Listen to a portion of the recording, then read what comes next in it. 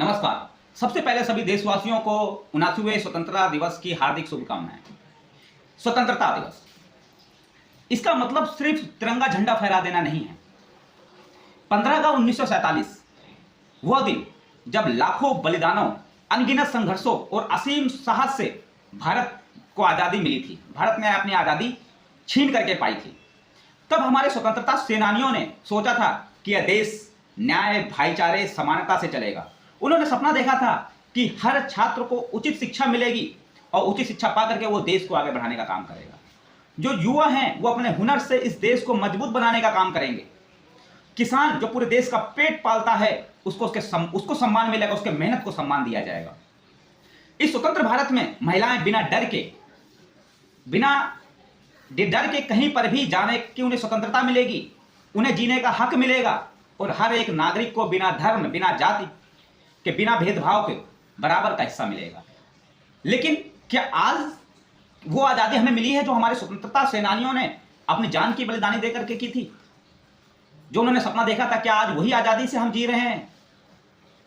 जो आज देश की परिस्थितियां हैं उनको समझो और अपने आप से सवाल करो, क्या यही एक आज़ादी है जिस परिस्थिति में हम लोग आज जी रहे हैं?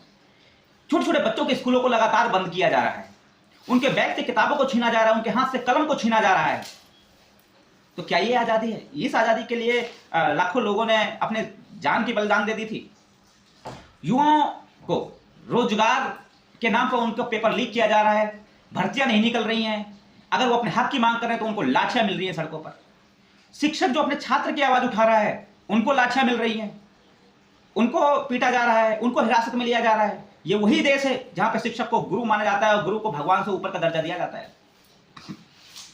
किसान जो लाखों लोगों का पेट भर रहा है, लाखों लोगों का पेट पाल रहा है, वो सालों साल तक धरना दे देता है अपने फसलों के उचित मांग के लिए, अपने उचित मांग के लिए प्रदर्शन करता है, लेकिन बदले में क्या मिलता है? उनको लाठियां मिलती है। और हम लोग, मैं देश के नागरिकों की बात कर रहा हूं, और हम लोग उन्हें उग्रवादी और खालिस्तानी कह करके उनको संबोधित करते हैं। क्या हमें शर्म नहीं आनी चाहिए इस चीज के ऊपर?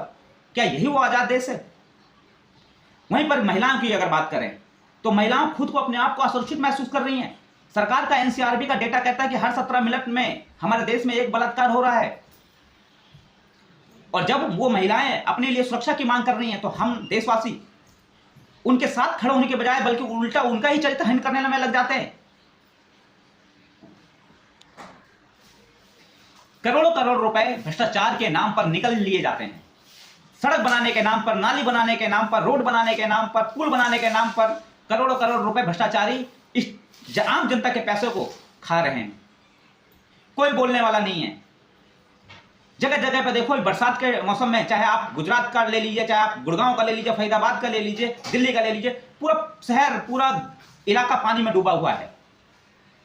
क्यों? क्योंकि करोड़ों करोड़ रुपए जो बनाने के लिए आ रहा है ये इंफ्रास्ट्रक्चर, ये जो भी भ्रष्टाचारी है इसको निकल रहे हैं, मंदरबाट कर रहे हैं इन पैसों का। और नफरत की बात क्या ही करें, नफरत की आग में भाईचारा बुरी तरह से जल रहा है। ये भाईचारा खत्म होने की स्थिति में आ गया है। एक पहले का टाइम था, मैं नवोदय से पढ़ा हूं, जब मैं नवोदय में था 7 साल मैंने हिंदू, मुस्लिम, सिख, ईसाई, हमने ये नहीं देखा कि मेरे बगल में जो मेरा दोस्त है उसकी जाति क्या है, उसका धर्म क्या है, वो तो हमें पता था, लेकिन उसकी जाति क्या है आज तक हमने ना पूछा, ना हमें पूछने की जरूरत थी। हमने एक थाली में बैठ करके खाना खाया है, मिलजुल कर। उनके घर से खाना आता तो हमने खाया है, हमारे घर से ज्यादा तो वो लोग खाते थे। लेकिन आज वो स्थिति बिल्कुल बदल चुकी है। आज यही हिंदू मुस्लिम के नाम पर जो भाईचारा, इतना प्यार रहता था, आज वो खतरे पे आ चुका है। क्या यही आजाद भारत का सपना देखा था हमारे क्रांतिकारियों ने?